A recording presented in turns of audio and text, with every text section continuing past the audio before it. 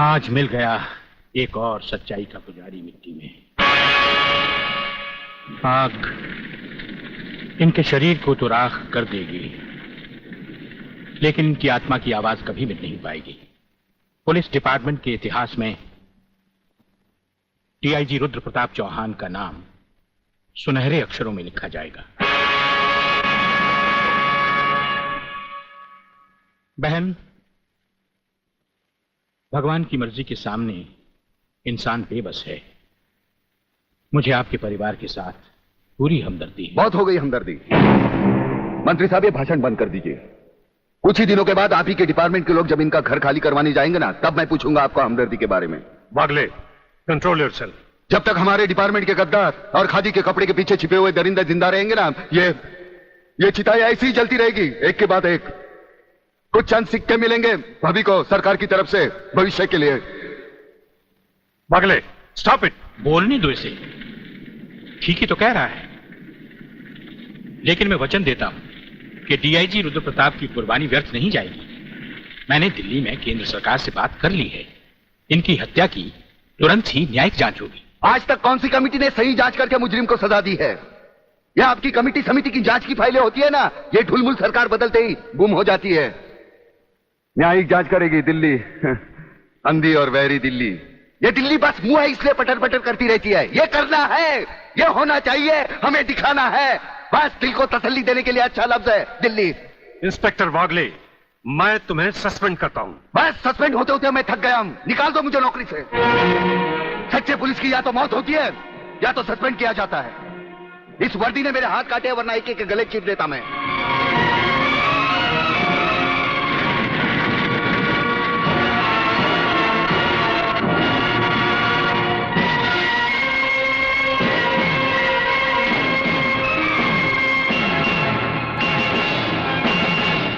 आप सब अच्छी तरह से सुन लें कि आज की इस मीटिंग के बाद मैं इस मामले में और कोई मीटिंग नहीं बुलाऊंगा।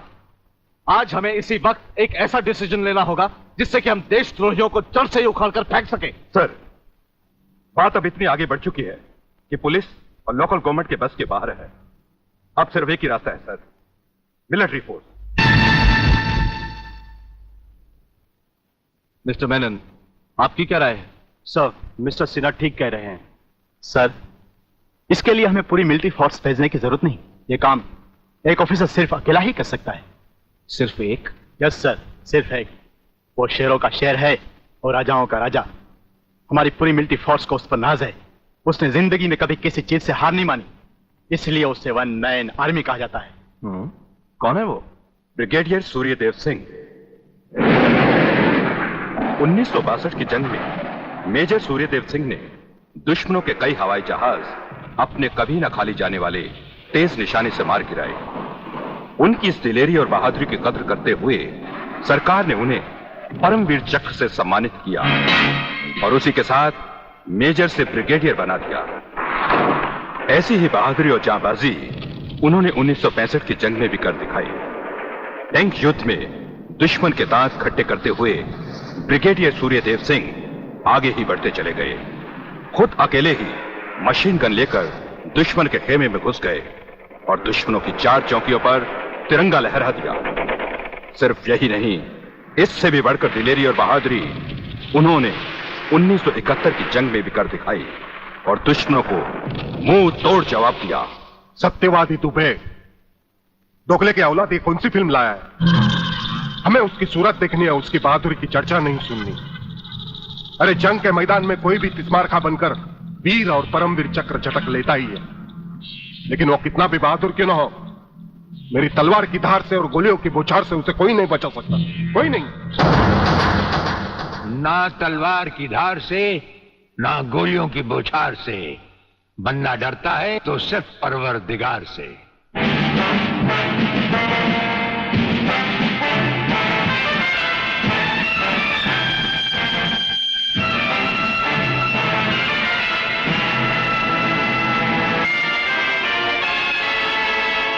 ब्रिगेडियर सूर्यदेव सिंह?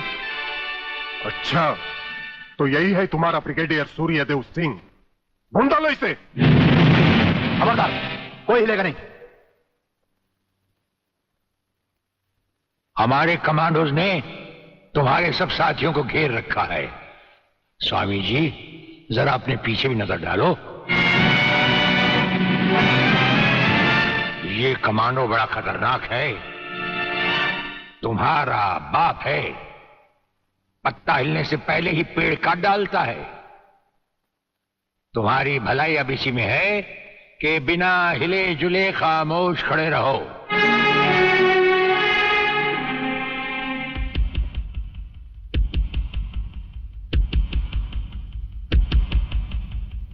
दुबे नाम है सत्यवादी।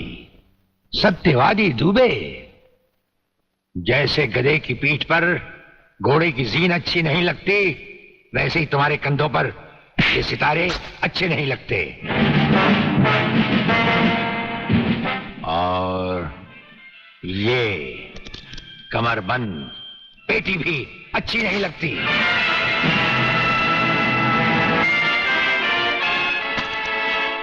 अब वो कसम याद करो जो तुमने खाई थी ये वर्दी पहनने से पहले। हम कसम खाते हैं कि हम पूरी ईमानदारी और वफादारी से देश और कानून की रक्षा करेंगे।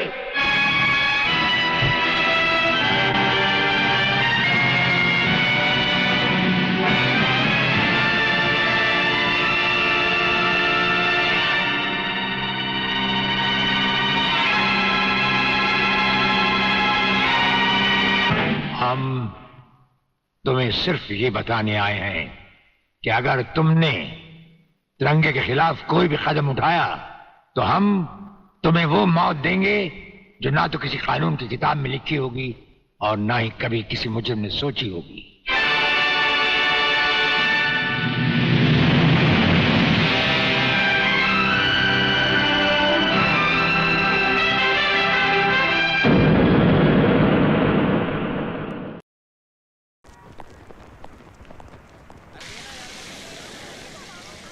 अरे भैया, मैं 2 घंटे से यहाँ खड़ा हूँ, पहले मुझे दे दो।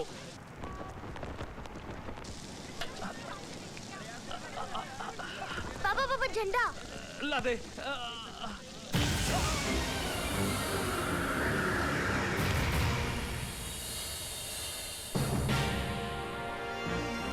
ना समझोगे तो मिट जाओगे हिंदुस्तान वालों। तुम्हारी दास्तां तक न होगी दास्तां। ये 3 रंगों में छपा कपड़े का टुकड़ा नहीं तुम्हारा राष्ट्रीय ध्वज है। इसका अपमान करोगे तो कभी सम्मान नहीं पाओगे। कौन हो तुम? कबीरा, जिसने इस परचम की आन के लिए अपना ये बाजू कुर्बान कर दिया। इस चवन्नी के तिरंगे के लिए? शाबाश। भारत माता के आंचल की कीमत चवन्नी लगाई है, तो अपनी बेटी की लिबास की कीमत क्या लगाओगे? 2 कौड़ी। दरअसल कसूर भी तुम्हारा नहीं है। आजादी तुम लोगों को विरासत में मिली है। अंग्रेजों के जुल्म और शहीदों के कुर्बानी के किस्से तारीख में पढ़े हैं तुमने, वो भी सिर्फ हिस्ट्री के पीरियड में। पीरियड खत्म तो किताब भी बंद। तो उन कहानियों को दोहरा कर क्या करें? 50 साल हो गए आजादी मिले। 50 सालों में क्या तुम अपनी मां को भूल जाओगे? 50 सालों के बाद अपनी औलाद, अपनी बीवी को भूल जाओगे तुम? इस धरती से भी तुम्हारा कोई रिश्ता है? सरहद पर खड़े सिपाही अगर तुम्हारी तरह खुदगर्ज हो जाए तो इस देश पर दूसरे मुल्क का झंडा फहराने में 24 घंटे भी न लगेंगे।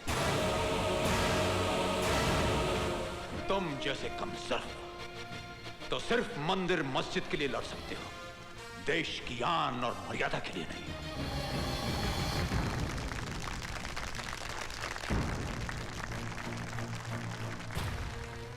नहीं बेटे, नहीं। ताली बजाने वाले तमाशा ही होते हैं। मैं तो इस पीढ़ी को मैदान में देखना चाहता हूं। इनकी आंखों में वो जुनून देखना चाहता हूं कि दोबारा किसी की हिम्मत ना हो कि तुम्हारी सरहदों की तरफ आंख उठा करके देख सके। रब रखा तुम इस मुल्क के निगहबान हो। लो, संभालो अपने देश की इज्जत को, इसे कभी बेइज्जत मत होने देना।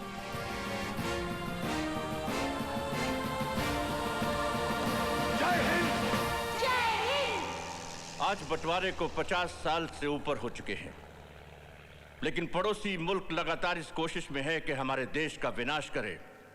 हालांकि पिछले 3 जंगों में वो हमसे बुरी तरह से शिकस्त खा चुका है, इसलिए वो आतंकवाद के जरिए हमें उकसा रहा है, हमें प्रवोक कर रहा है और हमारे स्टेट्स को हथियाने की कोशिश में लगा हुआ है।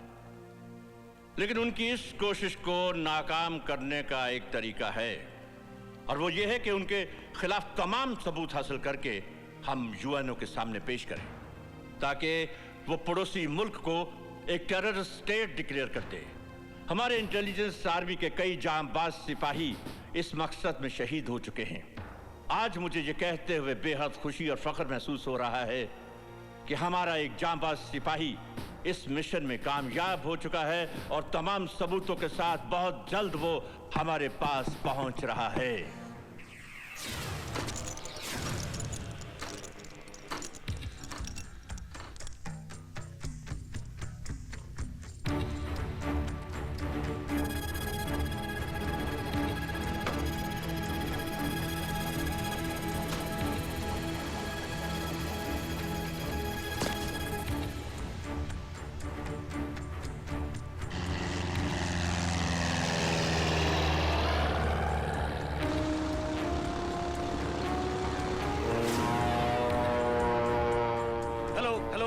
नवंबर 738 जूलियट ज़ुलू, मैं टॉप सीक्रेट फ्लॉपी के साथ टेक ऑफ कर चुका हूं। आपसे गुजारिश है एयर स्ट्रिप 42 लैंडिंग के लिए क्लियर करवा दें। कौन हो तुम? सिपाही जिसका मकसद है दुश्मन की तबाही, वो फ्लॉपी मुझे दो।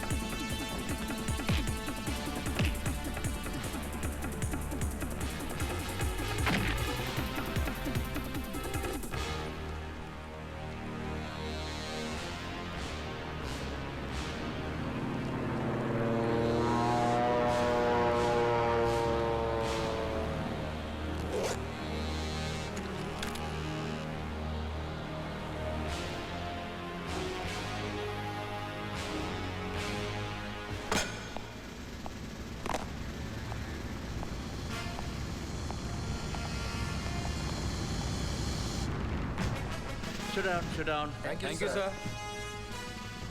Bad news, officers. बड़े अफसोस की बात है कि हमारे इंटेलिजेंस ऑफिसर अजीज कश्मीरी का प्लेन क्रैश हो गया। ब्लैक बॉक्स एनालिसिस से पता चला है कि उस वक्त प्लेन में कोई और शख्स भी था जिसने अजीज कश्मीरी को खत्म करके तमाम डॉक्यूमेंट्स हासिल किए और वहां से गायब हो गया। हमारे लिए बहुत जरूरी हो गया है कि हम और चौकन्ने और अलर्ट होकर काम करें और ऐसे लोगों का पर्दाफाश करें जो इस साजिश में शामिल हैं। सम्मान से पेट नहीं भरता बाबा। माना कि आज हमें रुपयों की जरूरत नहीं, लेकिन उन शहीदों के परिवार जहां कमाने वाला कोई नहीं, जिनकी जरूरतें इन रुपयों से कहीं ज्यादा हो, वो क्या करते होंगे? कभी सोचा हमारी सरकार ने उनके बारे में? इसीलिए तो यहां का नौजवान इस देश से कोई उम्मीद नहीं रखता, क्योंकि यहां के स्वर्ण पदक भी कांसे के बने होते हैं। बेटे, वो लोग जिन्होंने इस देश के लिए अपनी जान की कुर्बानी दी थी, उनका यह मकसद कभी नहीं था कि उन्हें सोने चांदी के तमगों से नवाजा जाए, या जो शहीद हुए हैं उनके परिवार को इतना पेंशन मिले कि उनका गुजारा हो सके। नहीं, उन देश प्रेमियों ने अपने प्राणों की आहुति सिर्फ इसलिए दी ताकि उनकी मातृभूमि, उनकी आने वाली नस्ल आजाद हवा में सांस ले सके। क्योंकि उन्होंने यह जुल्म देखा था, जब सांस लेने के लिए अंग्रेजों की इजाजत लेनी पड़ती थी। वो दहशत देखी थी जब अंग्रेजों के जूतों की दमक से मां के बच्चे गिर जाया करते थे। ऐसे डर और खौफ के माहौल में उभरे नेताजी सुभाष चंद्र बोस। इनकलाब की मशाल अपने हाथों में उठाकर उन्होंने देश के नौजवानों को ललकारा। इनकलाब! इनकलाब! इनकलाब! आजादी नारों से नहीं, हथियारों से मिलती है। वो लोग जिनमें मातृभूमि के नाम पर सर कटाने का जज्बा है, वो जियाले जिन्हें धरती की मांग में लहू की सुर्खी लगाने का जज्बा है, वो मेरे साथ आए। तुम मुझे खून दो, मैं तुम्हें आजादी दूंगा। नेताजी! नेताजी! नेताजी! बोलो जवान। अगर खून से आजादी मिल सकती है तो हम दोनों के शरीर से खून का एक एक कतरा ले लीजिए आप। अगर कुर्बानी देकर आजादी मिल सकती है तो ये सर हाजिर है। मगर हमारे देश को आजाद करवा दीजिए नेताजी, हमारे देश को आजाद करवा दीजिए। शाबाश। वो देश जिसके पास तुम्हारे जैसे सपूत हों, वो देश कभी गुलाम नहीं रह सकता, कभी नहीं। ये शहीद तो बीज की तरह जमीन में दफन हो गए। अब इनकी शाखों को चाहिए कि इतना फलें फूलें कि ना कोई साए के लिए तरसे और ना ही फल के लिए। यस मराठे, श्रीनगर से बोल रहा हूं सर। मैंने उस खुफिया जगह का सुराग लगा लिया है जहां हमारे भटके हुए नौजवानों को पाकिस्तान ले जाकर आतंकवाद की ट्रेनिंग दी जाती है।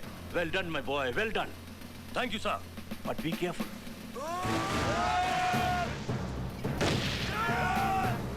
जाबाज मुजाहिदों, दुनिया में कोई भी चीज हासिल करने के दो तरीके हैं, छीन लो या खरीद लो। कश्मीर हमारा है और हमेशा हमारा रहेगा। दुनिया की कोई भी ताकत हमारे इस मंसूबे को पूरा होने से रोक नहीं सकती। अगर कश्मीर हमारा न हो सका तो बर्बाद और तबाह हो जाएगा पाकिस्तान। पाकिस्तान! पाकिस्तान!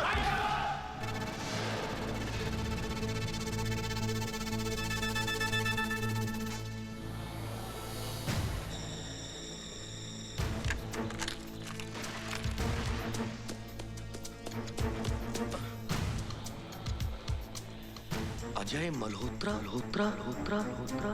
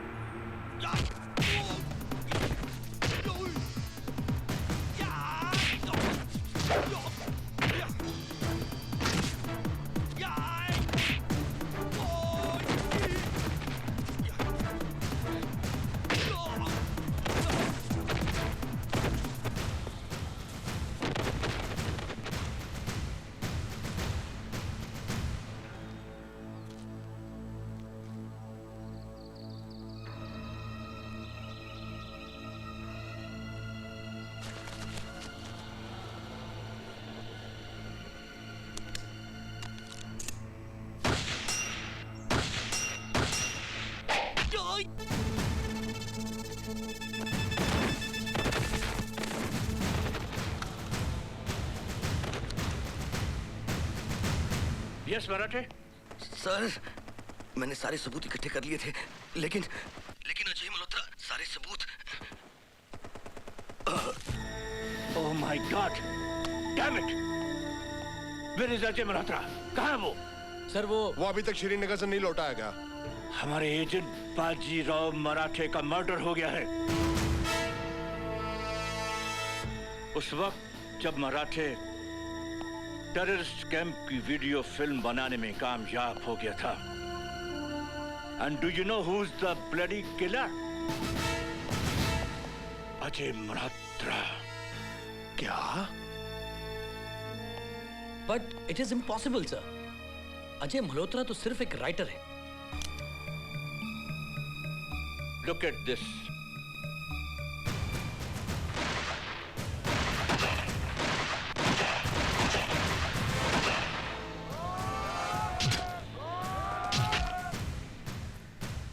अजय मल्होत्रा कमांडो की ट्रेनिंग ले चुका है, लेकिन मेडिकल टेस्ट में आई साइट खराब होने की वजह से उसे रिजेक्ट कर दिया गया था। अब मुझे ऐसा लगता है कि ये उसकी एक सोची समझी चाल थी, ए थॉटफुल प्लान।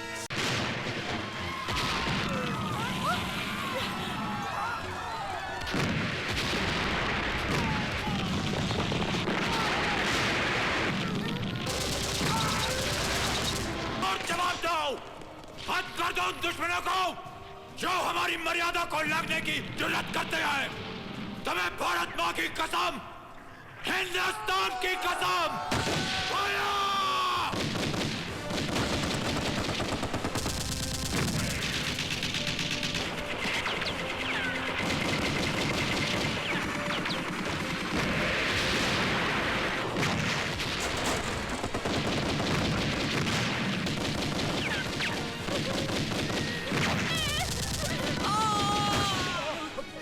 जवान, मशीन गन कमांड करो।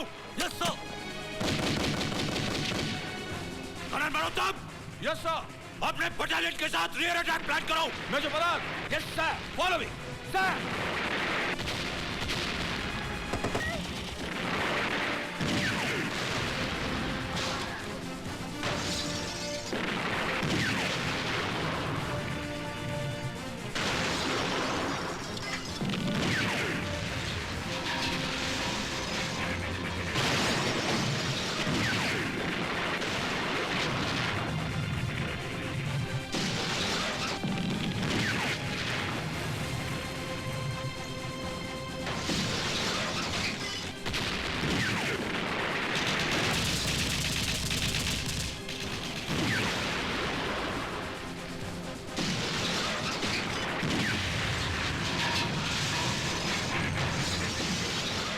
जनाब, हिंदुस्तानियों ने तो हमारे टैंकों के तोते उड़ा दिए हैं।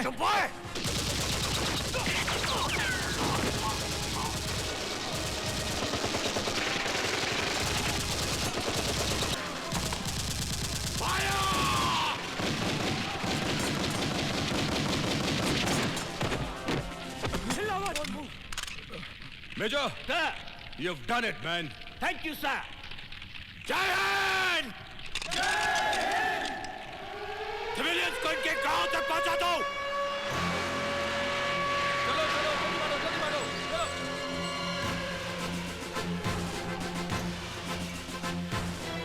चलो चलो जल्दी मारो चलो। चलो चलो जल्दी मारो।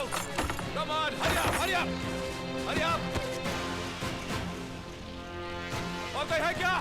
नहीं, हे भगवान, नहीं। और उस लड़ाई में मैंने अपना सब कुछ गवा दिया। अपना पति, अपनी बहन और एक बेटा।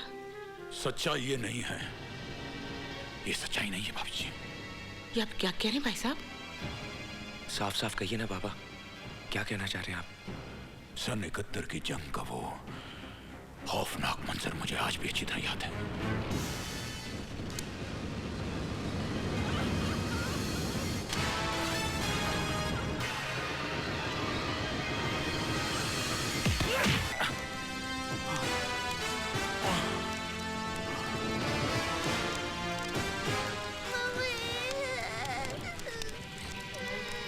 मेरा बेटा। कौन हो तुम? यहाँ क्या कर रहे हो? हिंदुस्तानी हो साहब, पक्का हिंदुस्तानी हो, यकीन करो। चलो। इसकी माँ को भी जालिमों ने मार डाला साहब। और फिर वो कमीना राजू को अपने साथ ले गया।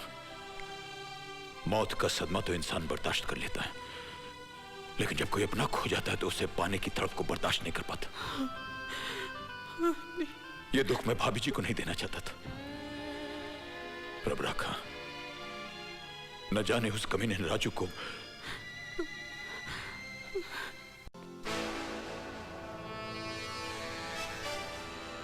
तुम समझ गए ना तौहीद? तौहीद OPN 1613M का मतलब अच्छी तरह जानता है।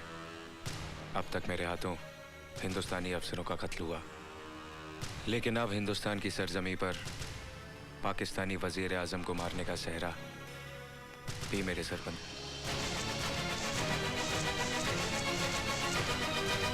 हमारी एक और बात सुनो तौहीद।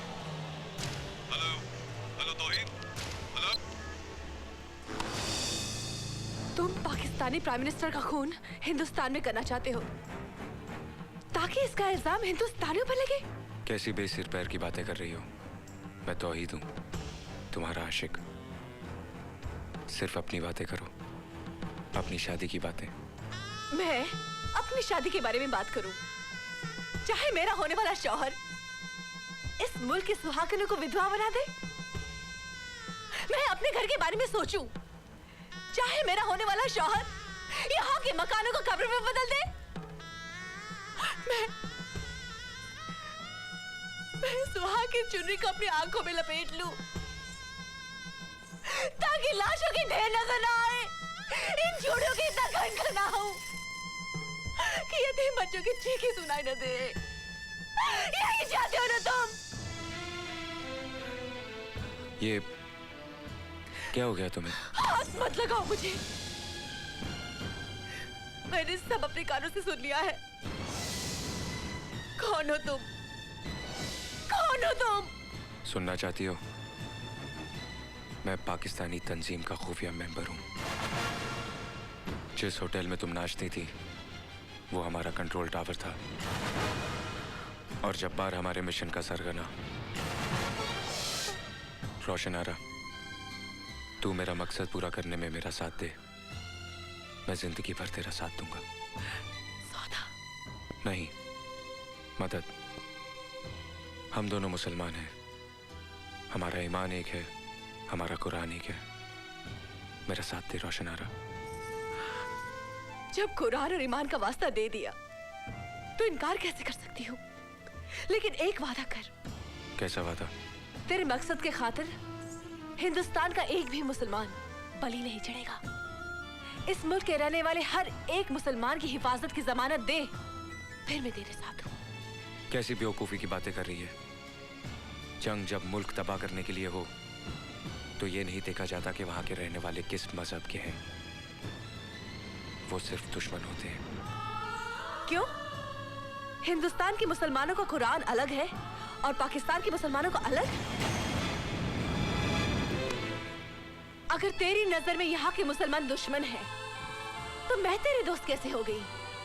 एक दुश्मन से मदद की उम्मीद क्यों रख रहा है तू? क्योंकि मैं तेरा प्यार हूं। नहीं, प्यार का वास्ता देके मुझसे गद्दारी की उम्मीद मत रख। मजहब की आड़ लेके सरहद की जंग मत लड़। अरे रोशनारा बेटी है एक मुसलमान की, जिसे पहचान है अपने ईमान की। प्यार तो क्या, जान तक लुटा दूंगी। मुझे कसम है अपने हिंदुस्तान की। ये क्या कर रही हो तुम? वही जो एक हिंदुस्तानी को करना चाहिए।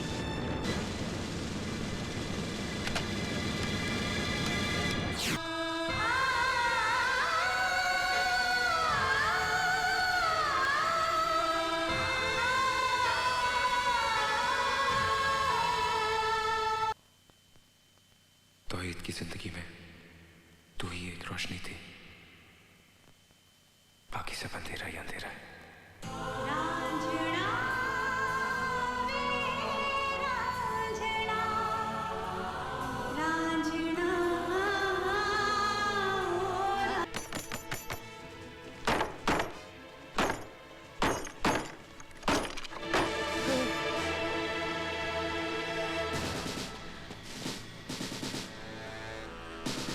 किसने गोली मारी तुमको? किसने मारा तुमको? इस फोटो को देखो। इसने मारा तुमको? इसने मारा तुमको? लेकिन क्यों? खतरनाक मिशन पे। मिशन? कैसा मिशन?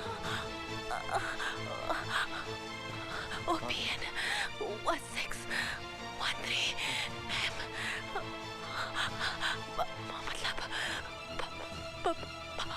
मतलब पाकिस्तानी।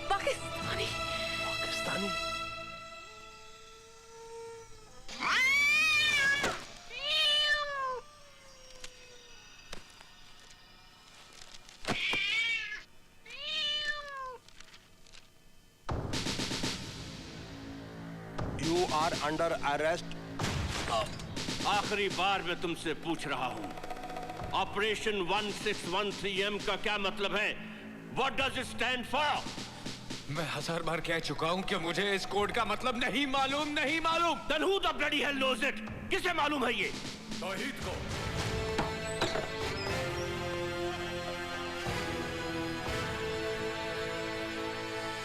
कबीरा? हाँ ब्रार साहब, दो जुड़वा भाइयों की अजीबोगरीब दास्तां है, जिसका शिकार लगातार ये होता रहा है। आज अगर आपने इसकी बात पर यकीन नहीं किया तो इसका असर देश पर भी पड़ सकता है। लेकिन यकीन करने के लिए कोई बेस तो होना चाहिए ना? बेस है ब्रार साहब, डॉक्टर दस्तूर। हो सकता है उसके जरिए अजय का दिमागी तार उसके जुड़वा भाई तौहीद से मिल जाए और हमें यह पता चल जाए कि इस वक्त तौहीद कहां है और क्या कर रहा है। लेकिन सर, ऑपरेशन 1613M डिकोड कर लिया गया है। Murder of Pakistani prime minister in India. Pakistan के प्राइम मिनिस्टर की हत्या हिंदुस्तान में। Contact air control. Contact the general. Contact Islamabad. Anybody who's responsible, get him on the line. Fast, come on, fast. Brar साहब, मेहरबानी करके दस्तूर को एक्सपेरिमेंट करने की इजाजत दीजिए। No, no, I have no time for any experiment. हो सकता है तौहीद इस मिशन पे हो। हम अंदाजों पर नहीं चलते। कभी-कभी अंदाज सच हो सकते हैं sir. Why don't you understand, Kabira? Ajay Malhotra is a damn hardcore criminal. अगर उस एक्सपेरिमेंट का फायदा उठाकर ये वहां से भाग निकला और प्राइम मिनिस्टर को कुछ हो गया, then who the bloody hell will be responsible? उसका जिम्मेदार कौन होगा? कौन होगा उसका जिम्मेदार? मैं होऊंगा जिम्मेदार। मैं जिम्मेदार होऊंगा। मैं। मेरा फर्ज जिम्मेदार होगा। जिम्मेदार होगी मेरी ये वर्दी। जिम्मेदार होंगे मेरी छाती पर लगे हुए ये तमगे। जिम्मेदार होगा मेरा कटा हुआ ये बाजू।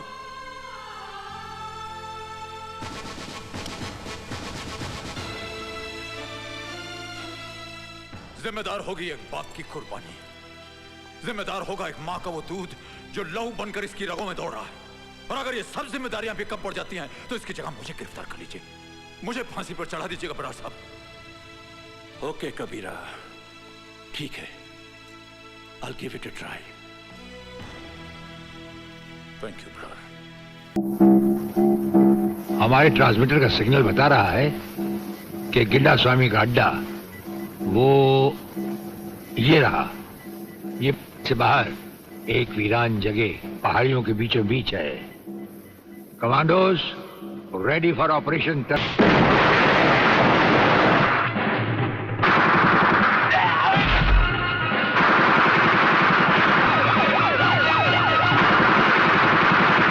Underground guards ready for attack.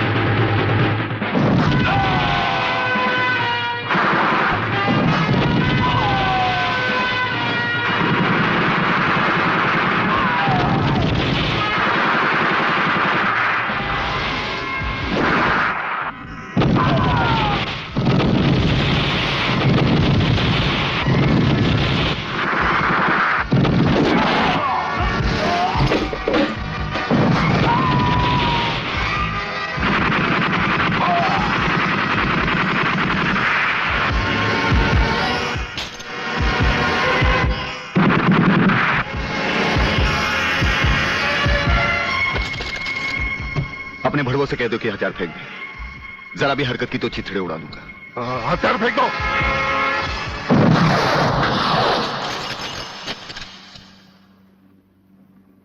हम तो समझे थे कि तुम जंगबाजों की तरह जंग लड़ोगे, लेकिन तुम तो एक घटिया किस्म के भगौड़े प्यादे निकले। अधूरे में ही हथियार डाल दिए। प्रलयनाथ कभी कोई जंग अधूरी नहीं लड़ता ब्रिगेडियर। देखना चाहते हो तो देखो।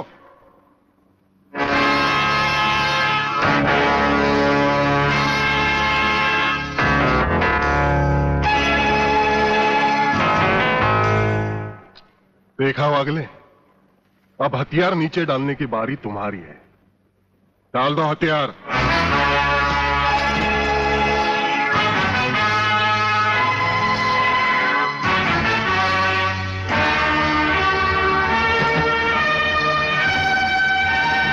ब्रिगेडियर, हथियार नीचे डाल दो।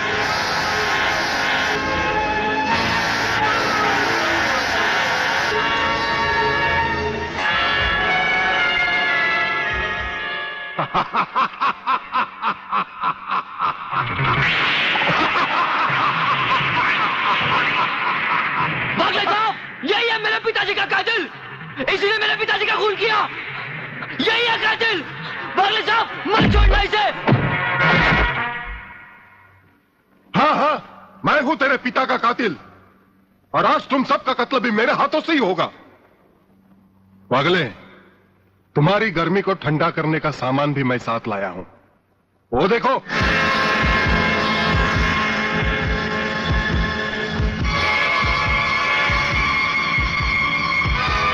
खबरदार अपनी जगह से हिलने की कोशिश की। एक ही बटन दबाऊंगा, सबको राख कर दूंगा। अगर देखना चाहते हो तो ये देखो।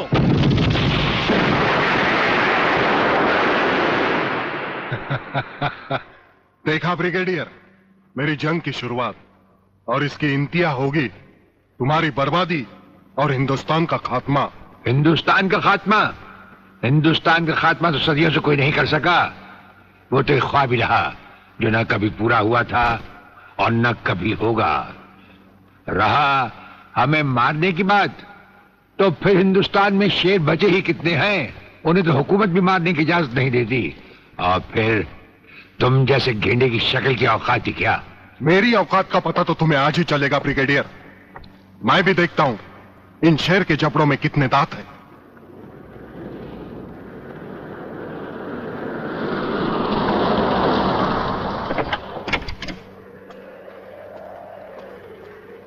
नमस्कार शिवाजीराव वागले। आओ आओ हिजड़े की औलादा, तेरी ही कमी थी।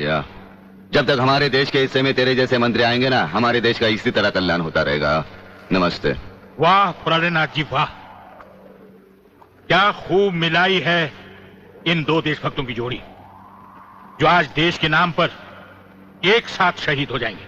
कई शहीद होते आए हैं और कई शहीद होते रहेंगे अपनी धरती मां को बचाने के लिए। लेकिन तुम जैसे लोग जो अपने आप को ही नहीं, अपनी मां को भी दौलत की खातिर बेचते आए हैं, और उनका अंजाम एक गुमनाम लाश की तरह होगा जिसे गिद्ध और चीले नोच नोच कर खा जाएंगे। नोच नोच कर तो हमारे आदमी तुम्हें खाएंगे। मैंने फैसला किया है, आज 15 अगस्त के दिन मैं इस देश को बर्बाद कर दूंगा। आज वो दिन हमारे और तुम्हारे सामने है। ध्वजारोहण को अब सिर्फ 24 मिनट बाकी है, और 25वें मिनट में क्या होगा वो तुम सब अपनी आंखों से देखना। प्रलय 1 आउट, रेडी फॉर टारगेट।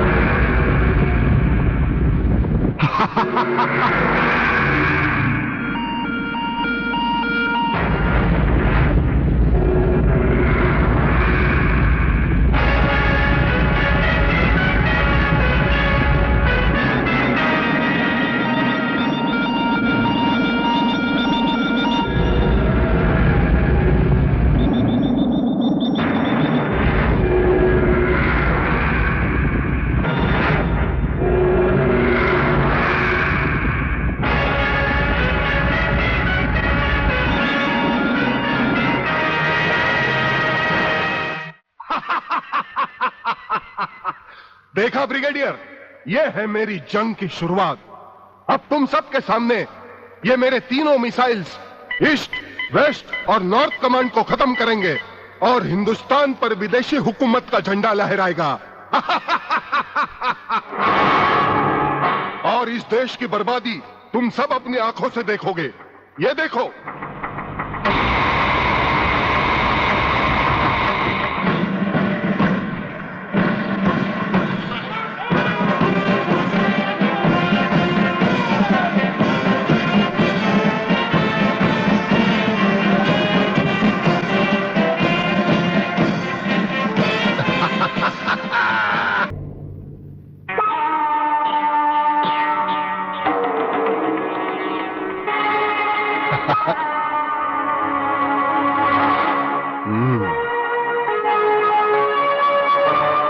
खड़े हो बारूद के ढेर पर और पी रहे हो पाइप।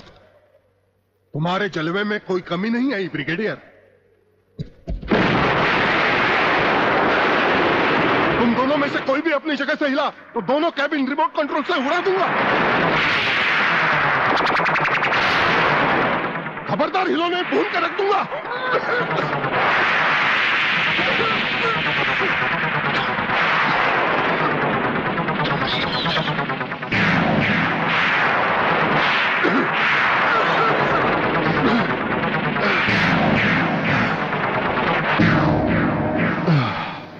ये तो हमारे एक छोटे से पीने वाले पाइप का कमाल था।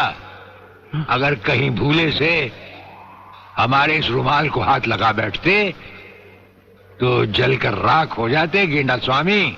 जलकर राख कौन होगा, इस बात का पता तुम्हें अभी चल जाएगा ब्रिगेडियर। प्रलय 1 स्टार्ट।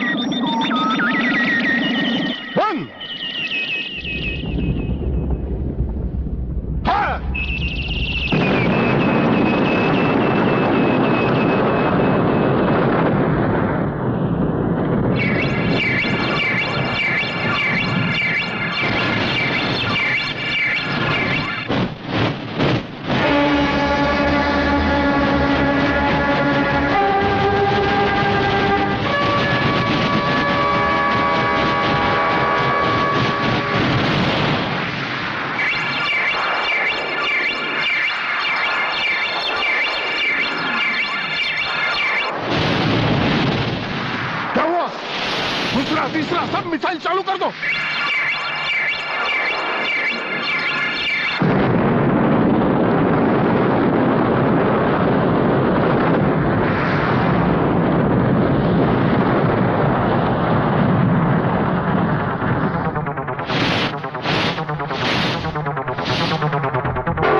प्रलयनाथ जी, मैं पूरी कोशिश कर रहा हूं, लेकिन पता नहीं क्यों एक भी मिसाइल टेक ऑफ नहीं हो रहा। इसका टेक ऑफ कर दो। हमारा वो पाइप डायनामाइट से भरा हुआ था। हम जानते थे कि तुम कभी ना कभी हमारे हाथ से छीनकर उसे फेंकोगे। उसी के धुएं की आग लेकर हमने तुम्हारे सब मिसाइल के फ्यूज कंडक्टर निकाल लिए हैं। गेंडा स्वामी, फ्यूज कंडक्टर, अब तुम्हारे मिसाइल में सिर्फ धुआं रह गया और कुछ भी नहीं। बाकी बचे तुम।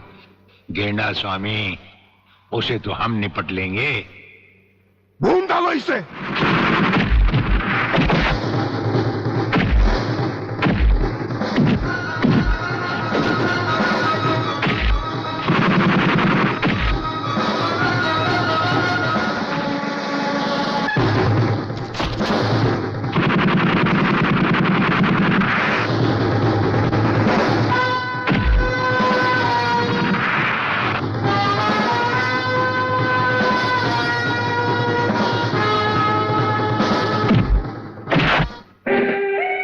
शिवाजीराव बागले, मराठा मरता है या मारता है। याद है मैंने तुझे एक दिन कहा था, यही 1500 की नौकरी करने वाला एक दिन तुझे 150 का कफन पहनाएगा।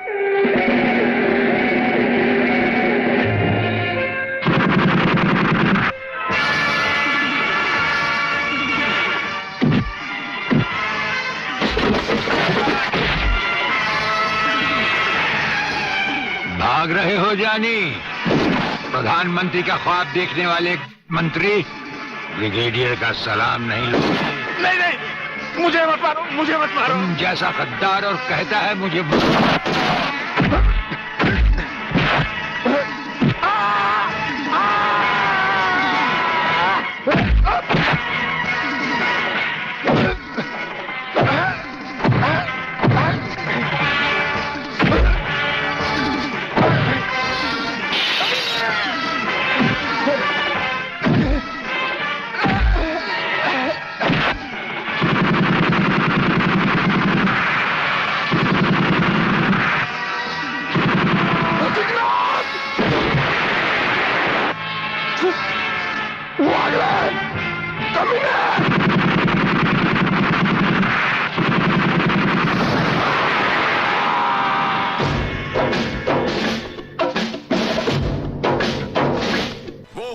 जो जंग चाहते हैं उनका कुछ नहीं जाता बेटे।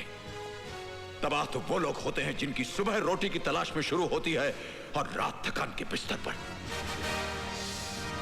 मुल्क चाहे जो भी हो, उसमें रहने वाला एक भी इंसान नहीं चाहता कि जंग हो। और जब मुल्क जंग लड़ रहे हैं, उनका अंजाम दुनिया देख रही है।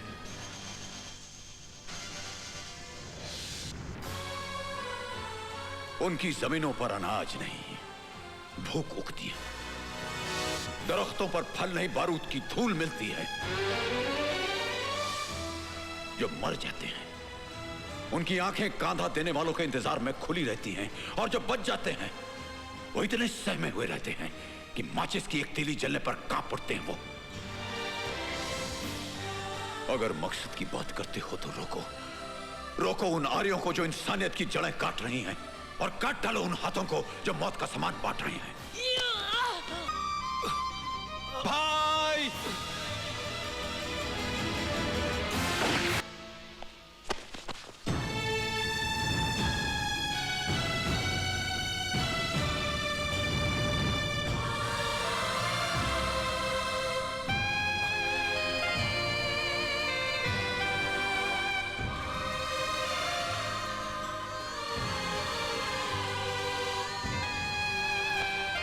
कौन हो तुम?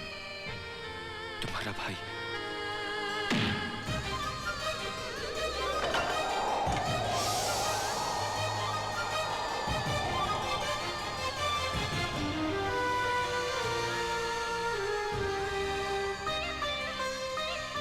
तुम दोनों बचपन में मुझे इसी तरह सताया करते थे। बोलना, भगवान के लिए बोल, मेरा राजू कहाँ है? बोलना। हम दोनों लकीर के आर पार जरूर खड़े हैं, लेकिन हमारा मुल्क एक है, हमारा खून एक है, और वो औरत भी एक है जिसकी कोख से हम दोनों ने जन्म लिया।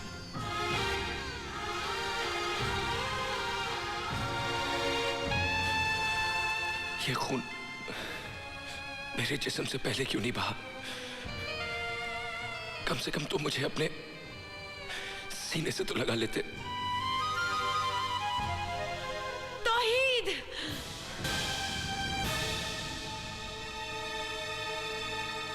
बचा लो बेटे, इन दोनों मुल्कों के करोड़ों इंसानों को बचा लो जो अमन और भाईचारा चाहते हैं। सन 47 में बंटवारे के खंजर से इस मुल्क की छाती पर एक लकीर खींच दी गई थी। अब वक्त आ गया बेटे कि उस जख्म को प्यार, मोहब्बत और दोस्ती के मरहम से भर दिया जाए। यह काम तुम नौजवान ही कर सकते हो, तुम ही कर सकते हो बेटे।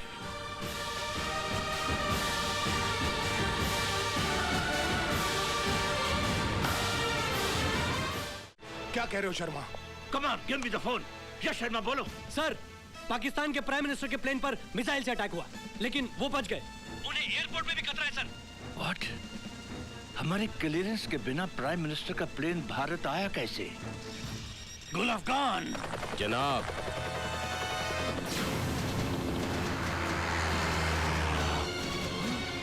ओह माय गॉड!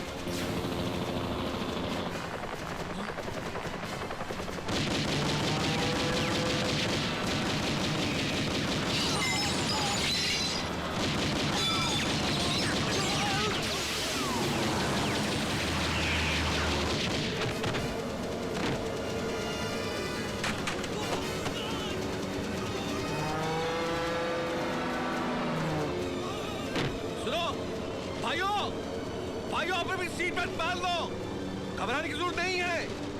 वही होगा जो खुदा को मंजूर होगा। वापस चलो।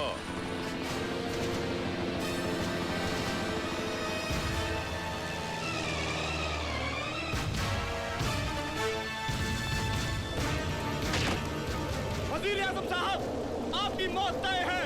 अल्लाह हाफिज।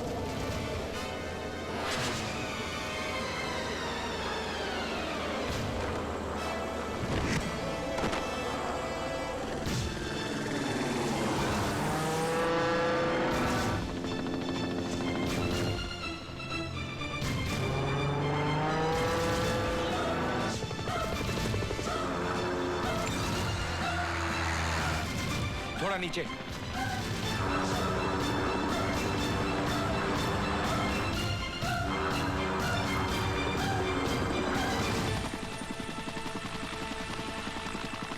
भाई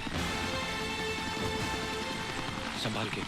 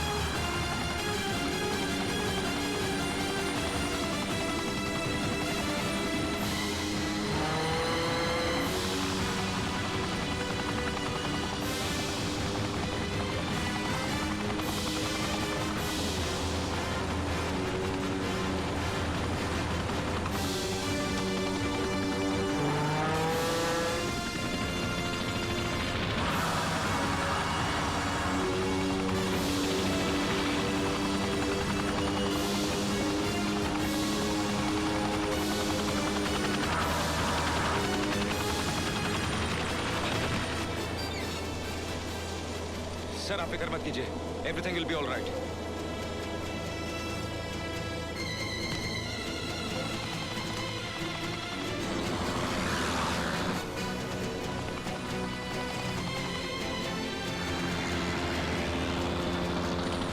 अजय हेडफोन्स हेडफोन्स। वजीर आजम के साथ ओल्ड मुंबई एयर स्ट्रिप पे लैंड करेंगे। You can hear me Ajay? गुल अफगान, गुल अफगान। What happened, sir? वजीर आजम को लगता है तौहीब और अजय ने बचा लिया है। किल देम खुशबू लगा के। जो हुक्म जनाब। Commandos attack.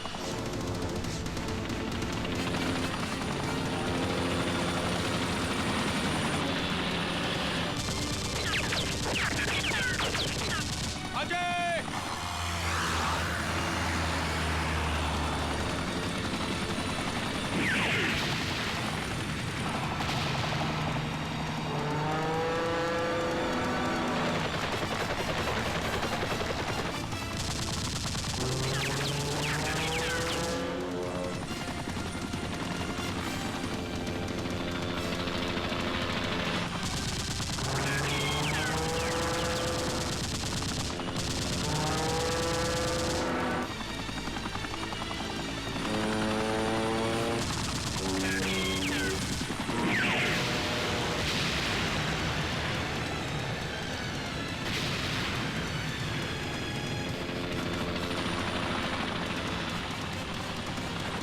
वापस चलो, नहीं तो मारे जाएंगे हम सब।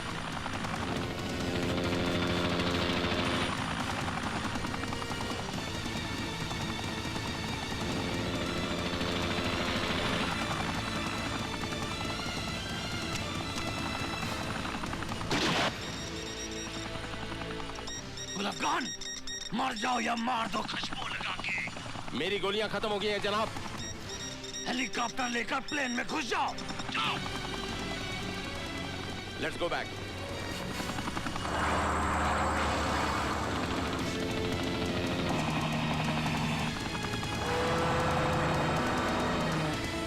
हेलीकॉप्टर को घुसा दो प्लेन में।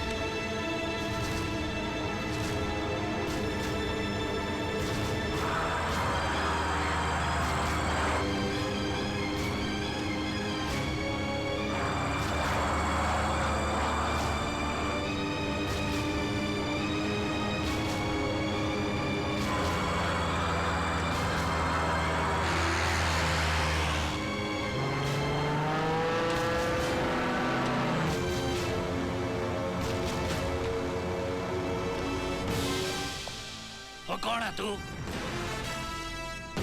ओए तू जिंदा है खुशबू लगा के? आज खुशबू नहीं लगेगी। बस चलाओ।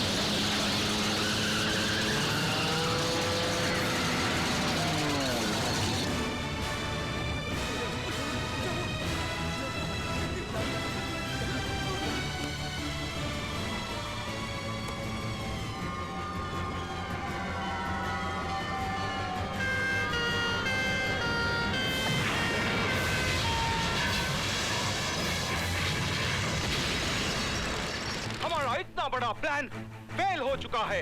तुम्हारे तौहीद ने धोखा दिया।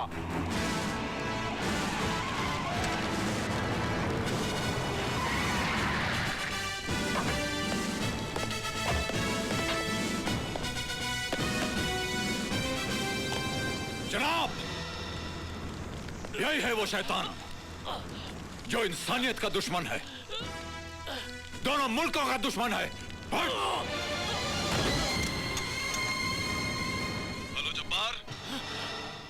जब्बार, मैं जनरल हैदर बोल रहा हूं। जब्बार, बोलते क्यों नहीं? मेरी आवाज सुन रहे हो कि नहीं? जब्बार, क्या हुआ? वजीर आजम मरा या नहीं? वजीर आजम मरा या नहीं? जब्बार, जब्बार जवाब दो। जब्बार, हेलो जब्बार, जब्बार जवाब दो। Hello Jabbar, hello. Arrest him. ये नहीं हो सकता जनाब, बिल्कुल नहीं हो सकता। ऐसा हो चुका है। गद्दारों का साथ तो खुदा भी नहीं देता। नूर मोहम्मद, चिल्लाइए मत। मुल्क के साथ गद्दारी और वजीर आजम के कत्ल की साजिश के जुर्म में आपको गिरफ्तार किया जाता है। राजू, राजू, राजू, नहीं नहीं नहीं बेटे, आंखें खोलो राजू, राजू, राजू, राजू, राजू, ओए भगवान। की गोद मिली तो नींद आ गई।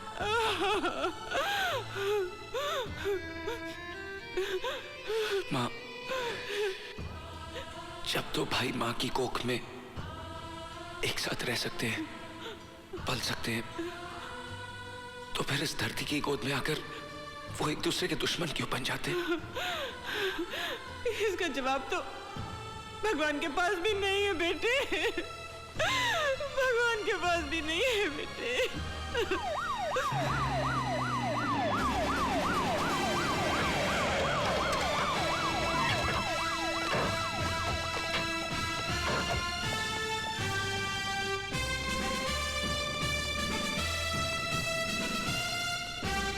अवाम यही चाहती है जनाब, दोनों मुल्कों की अवाम यही चाहती है। सैकड़ों बरसों से संतों और दरवेशों ने हिंदुओं और मुसलमानों को एक डोर से बांधे रखा, मगर चंद सियासतदानों ने हमारे भाईचारे का बंटवारा कर दिया। एक ही घर में दो नामों की तख्तियां टांग दी, भारत और पाकिस्तान। झगड़े होते हैं, दीवारें पड़ती हैं, लेकिन एक भाई दूसरे भाई का दुश्मन नहीं बन जाता। हम अलग अलग सही हैं, लेकिन हमारे रिश्तों की जड़ें दीवार की इस तरफ भी हैं, उस तरफ भी। नफरत से बनी इस दीवार में इतना वजन नहीं कि वो हमारे रिश्तों को दफन कर सके। अरे जब बर्लिन की दीवार गिरा दी गई तो इस दीवार का वजूद ही क्या है? जनाब, अब आवाम खुद मिलना चाहती है, खुद मिलना चाहती है आवाम। केंद्रीय मंत्री राजा साहब की बेटी के किडनैपिंग केस में आज अचानक नया मोड़ आया, जिससे राजनीतिक गतिविधियां और तेज हो गईं। कार्यवाही कमेटी की मीटिंग में पर्दे के पीछे कौन सा राजनीतिक खेल खेला गया कि राजा साहब के न होने के बावजूद भी हाई कमांड ने ये फैसला किया कि उन चारों खूंखार आतंकवादियों को राजा साहब की बेटी भारती के रिहाई के बदले में छोड़ दिया जाएगा। इस मामले में हमारे दिल्ली के संवाददाता की एक रिपोर्ट। मनोज, क्या तुम बता सकते हो कि चार दीवारी के पीछे खेले गए इस खेल का असली हीरो कौन हो सकता है? राजनीति में कुछ भी हो सकता है, मगर यहाँ दिल्ली में ऐसी अटकलें लगाई जा रही है कि गवर्नमेंट गिराने की धमकी देकर राजा साहब कोई खतरनाक खेल खेल रहे हैं। मगर इन सारी बातों पर अब तो पर्दा पड़ा ही रहेगा, क्योंकि आज रात को ही उन चार आतंकवादियों को छोड़ दिया जाएगा और भारती अपने घर वापस लौटेगी और उसकी इस वापसी का राज हमेशा राज ही रहेगा। मनोज बाजपेयी, नई दिल्ली, आज तक।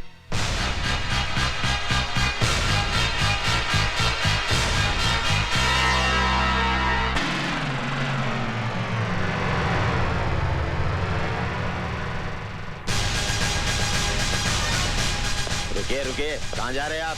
मंत्री अंदर है, मैं उनके घर गया था तो पता चला कि वो यहाँ पर है। साहब की जब तबीयत खराब होती है तब वो इस फार्म हाउस में आराम करने आते हैं, उनसे यहाँ कोई नहीं मिल सकता। कोई मिले या ना मिले, आज मैं तुम्हारे साहब से मिलकर ही जाऊंगा। आप किसी भी कीमत पर अंदर नहीं जा सकते।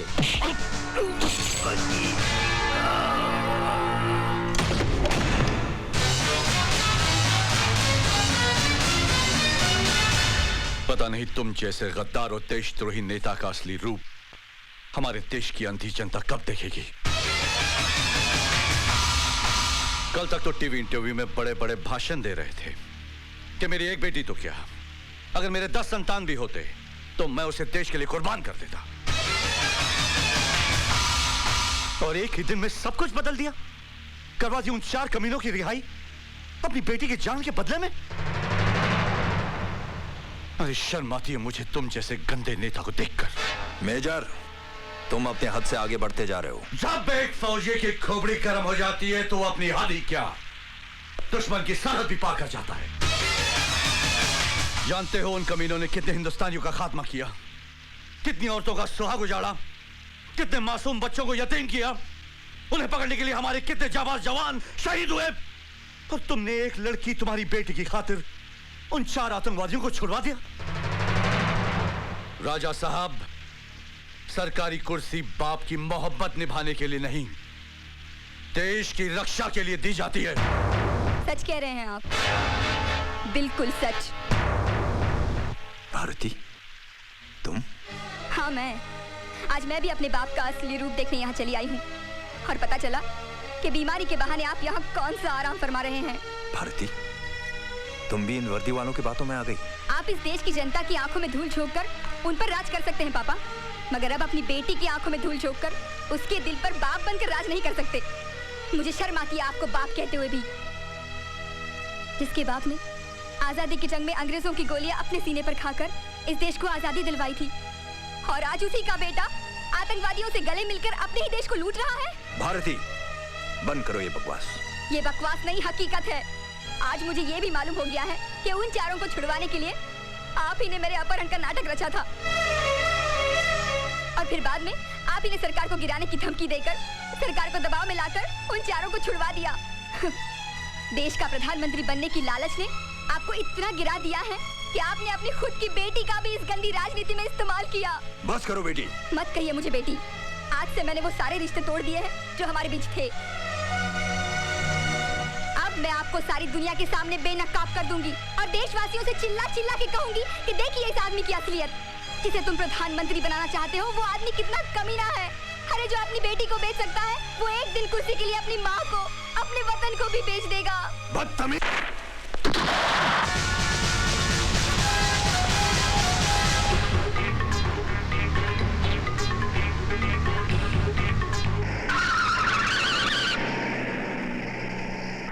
वीरभद्र सिंह आतंकवादियों से मिला हुआ है sir. What? That's not possible.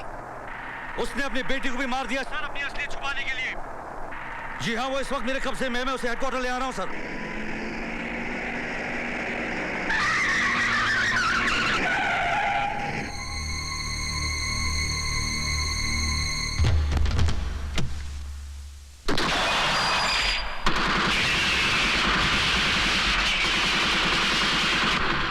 Major Rathore. Major Rathore. Major Rathore, come in over.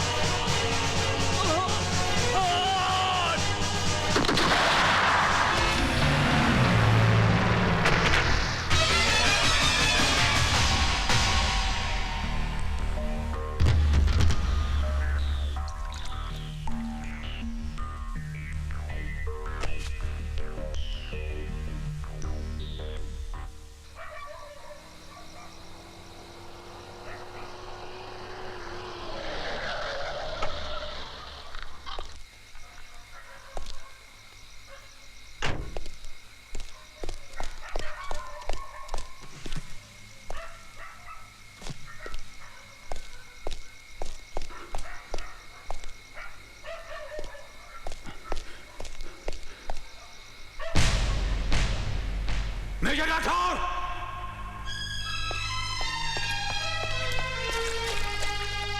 Major Rathore! Major Rathore! Major Rathore!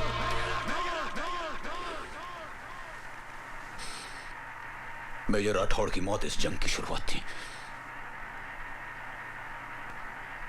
लोग कहते हैं शैतान की उम्र लंबी होती है, इसीलिए मेरी गोली से 2 बार बच गया साला।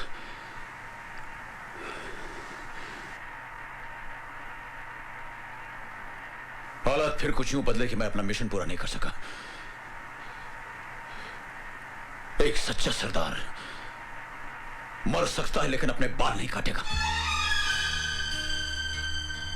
उस दिन वाहिगुरु के सामने अपनी आंखों में आंसू भरे मैंने अपने हाथों से अपना रूप बदल डाला और मजबूरन वो सब कुछ किया जो मेरे धर्म और तबीयत के खिलाफ था। कहानी यहां खत्म नहीं होती। इस दुनिया में मैं एक अकेला इंसान हूं, एक अकेला बदनसीब इंसान जिसने जीते जी अपनी बीवी को विधवा के रूप में देखा हो। सच्चाई ये है सच्चाई।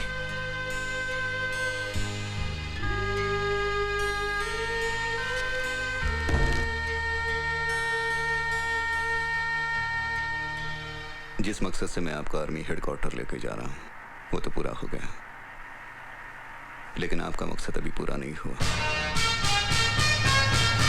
और कानून के दायरे में रहकर पूरा भी नहीं होगा।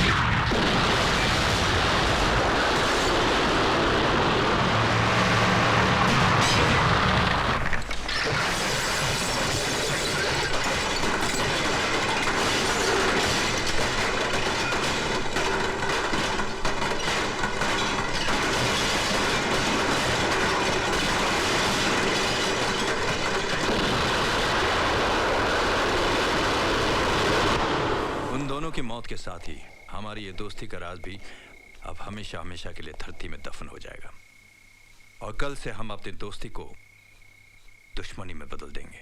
वो अपनी दुश्मनी? हाँ, मगर सिर्फ दुनिया की नजर में। वो कैसे? मैं कुछ समझा नहीं। ओए, आने वाली नवरात्रि में तुम्हारा यह ऐलान होगा कि वैष्णो देवी के मंदिर में तुम पूजा नहीं होने दोगे। उस ऐलान के सामने हमारा यह चैलेंज होगा कि किसी भी कीमत पर हम माता के मंदिर में जाकर पूजा करके ही रहेंगे। चंगेजी, अगर हमारा यह मकसद कामयाब रहा तो समझ लो मैं नेशनल हीरो बन जाऊंगा। उसके बाद लाल किले पर तिरंगा लहराने से मुझे कोई नहीं रोक सकता। इंशाअल्लाह, इंशाअल्लाह। कुख्यात आतंकवादी गफूर चंगेजी ने वैष्णो देवी मंदिर में कल से होने वाली नवरात्रि की पूजा को न होने देने का ऐलान किया और उसके इस ऐलान पर मंत्री वीरभद्र सिंह ने उसे ये कहकर ललकारा है कि वो किसी भी कीमत पर वहां जाकर पूजा करेंगे। इस मामले में हमारे संवाददाता के पूछने पर वीरभद्र सिंह और गफूर चंगेजी की अलग अलग बातचीत। इस बार का ऐलान मंदिर की सीढ़ियों पे खून की नदियां बहा देगा और किसी में इतना दम नहीं है कि इस चंगेजी के ऐलान को ललकार सके। अरे कह दिया, इस साल नवरात्रि की पूजा नहीं होने देगा तो नहीं होने देगा। सर, चंगेजी के ऐलान के बारे में आप कुछ कहना चाहेंगे? हाँ, लोग बोलते रहते हैं। वो कहावत आपने सुनी होगी, कुत्ते भौंकते रहते हैं और कारवां निकल जाता है। ये हिंदुस्तान है। हिंदुस्तान में ऐसा कभी नहीं हो सकता कि किसी के कहने पर किसी मंदिर में पूजा रोकी जाए। मैं वादा करता हूं, उस मंदिर में सबसे पहले मैं ही खुद जाकर पूजा करूंगा, चाहे अंजाम कुछ भी हो जाए। अब चंगेजी और हम दोनों एक्टर बनने लायक हो गए हैं। ये आप लोग क्या कह रहे हैं? Yes sir, this is a fact. ये उनका प्लान है। अगर उनका ये प्लान कामयाब हो गया, ऐसा हो गया तो आतंकवाद फैलेगा। वो लोग हिंदुस्तान के टुकड़े कर देंगे sir. You may proceed. Thank you sir. Colonel Sodhi, sir, army की नजरों में अब तुम वही देशभक्त और वफादार सिपाही हो। Thank you sir. मिशन की शुरुआत से पहले मैं तुम्हें एक सरप्राइज देना चाहता हूं।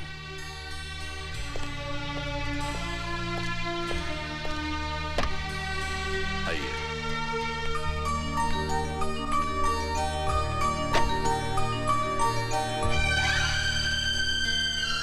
अब अमृता भी तुम्हारी सच्चाई और वफादारी के बारे में जान गई है। मैंने इसको सब कुछ बता दिया है।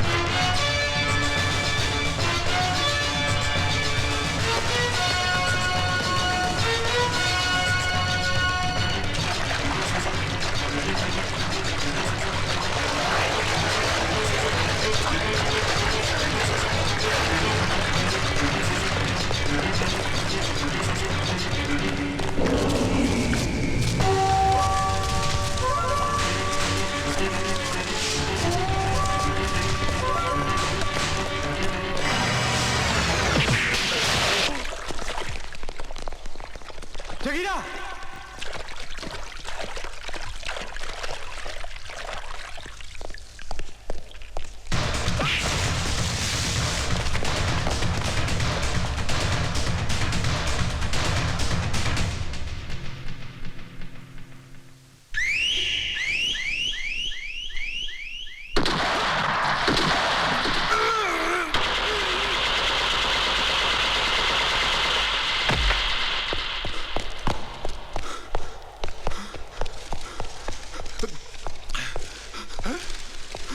किधर गया है? शकूर! जगीरा! हाँ जरा!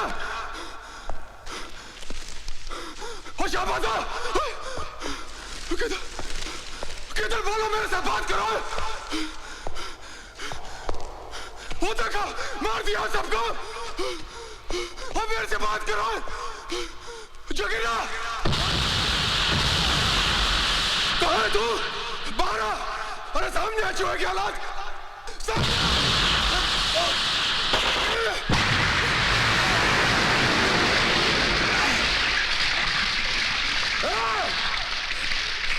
सुअर की औलाद! सामने आ!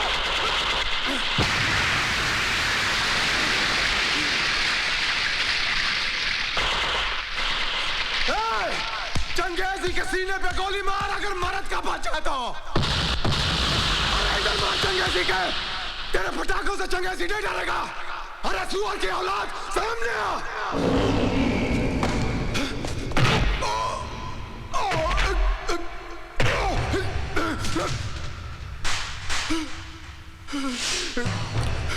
बख्श बख्श दे, तू चंगेजी की जान बख्श दे रे, बख्श दे। राज को दुश्मन को बख्शता नहीं, फिर भी एक मौका देता हूं। ये ले अंग्रेजी सिक्का, बोल हेड या टेल? हेड। हेड। तूने भी मेरे मन की बात बोल दी। नहीं, टेल टेल टेल। साहब, इस गेस्ट हाउस में हमारे खाने और आराम करने का इंतजाम किया गया है। हम लोग भोजन के बाद यहाँ से चलेंगे, तब तक आप इत्मीनान से आराम कीजिए और खाना खाइए। हाँ ठीक है। पता नहीं लोग पैदल चलकर पूजा करने के लिए इतना ऊपर कैसे चले आते हैं। मेरे तो पैरों की हालत खराब हो गई, बाप रे। अरे यहाँ तो चमचागिरी बनकर बाहर लोग देख रहे हैं। हाँ। बाथरूम कहाँ है? उस तरफ। अभी वहां भी मेरे पीछे मत आ जाना। जी। अरे कमर में भी दर्द है।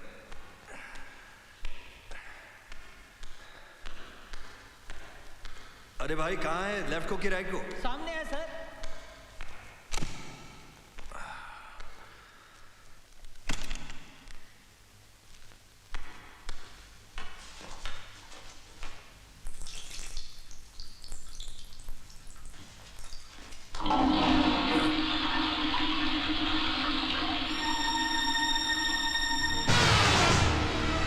तुम आवाज निकाली तो जबान खींच दूंगा तेरी। जानते हो मैं कौन हूं? अच्छी तरह जानता हूं तू कौन है। यहाँ के पॉलिटिकल सिस्टम की नाजायज औलाद है। वतन बेचने वाला, अपनी ही माँ का दलाल है तू। तुम्हारा सबसे बड़ा गुनाह तो यह है कि तूने आर्मी के साथ राजनीति खेली। और आज तो तूने धर्म की गंगा को भी अपनी गंदी राजनीति की गटर में बहा दिया। मैं चाहूं तो तुम्हें अभी खत्म कर दूं, लेकिन तुम जैसे गद्दारों का अंत एक अलग अंदाज से होगा। तुम कहलाए जाओगे शहीद, लेकिन मौत मिलेगी कुत्ते की। खबरदार कोई भी हिला तो, नहीं तो मेजर अजीत की खोपड़ी को रोशनदान बना दूंगा। Relax, relax. कहां है वो देशभक्त, वो धर्म का रखवाला, जिसने मेरी धमकी के बावजूद इधर आने की हिम्मत की है? Don't fire. किधर है वो? बाथरूम में। चलो।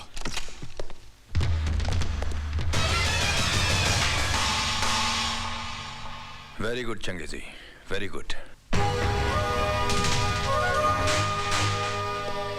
वेरी गुड नहीं, वेरी बैड, वेरी बैड।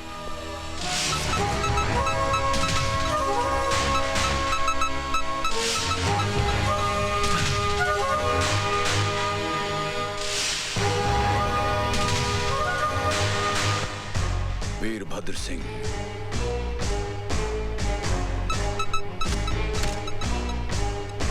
अब तुम इस दरवाजे से बाहर भागोगे और चंगेजी तुम्हारा पीछा करेगा। चलो भागो। भागो!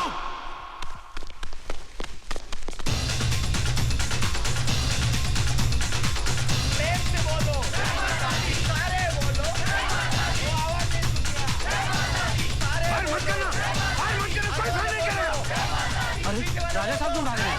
हाँ यार, कुछ गड़बड़ हुई लगती है। हटाओ! हटाओ! हटाओ!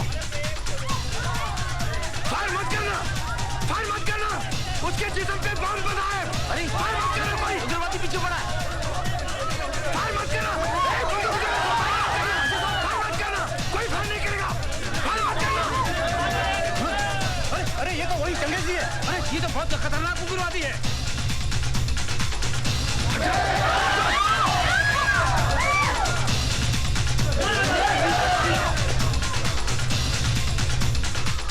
ये तो चंगेजी ने राजा साहब को जान से मार डाला।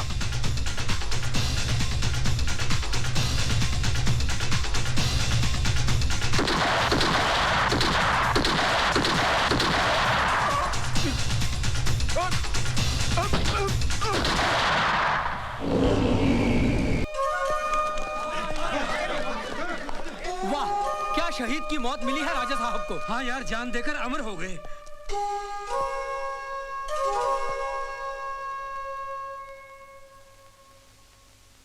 इस घटना के 3 महीने बाद आज हम सब हमारे महान नेता शहीद वीरभद्र सिंह उर्फ राजा साहब की प्रतिमा की स्थापना के शुभ अवसर पर यहां एकत्रित हुए हैं। मैं उस मिलिट्री ऑपरेशन को कामयाब बनाने वाले और सभी आतंकवादियों को खत्म करने वाले जांबाज मेजर अजीत आर्य से निवेदन करता हूं कि वो यहां पर आएं और अपने हाथों से इस प्रतिमा को फूल माला पहनाएं।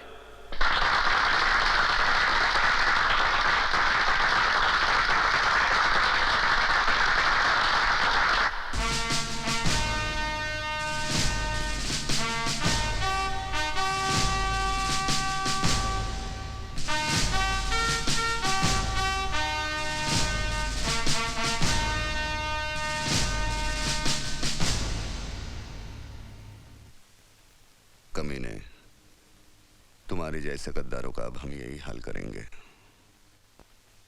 ये हमारी जनता है ना, उसकी आंख है लेकिन वो देख नहीं सकती, कान है सुन नहीं सकती, जुबान है बोल नहीं सकती। अब मैं ये हार पहनाऊंगा ना तुम्हें, तो ये सब तालियां बजाएंगे। गांधी जी के बंदर है बेचारे।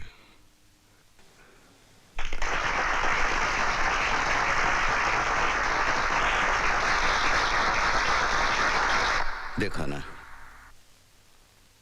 आज तो इन्होंने बड़ा सम्मान किया है तुम्हारा पुतला बना के, लेकिन आज के बाद ये सब तुम्हें भूल जाएंगे, क्योंकि इनकी याददाश्त बड़ी कमजोर है, सब कुछ भूल जाते हैं। अच्छे अच्छे को भूले तू किस खेत की मूली है।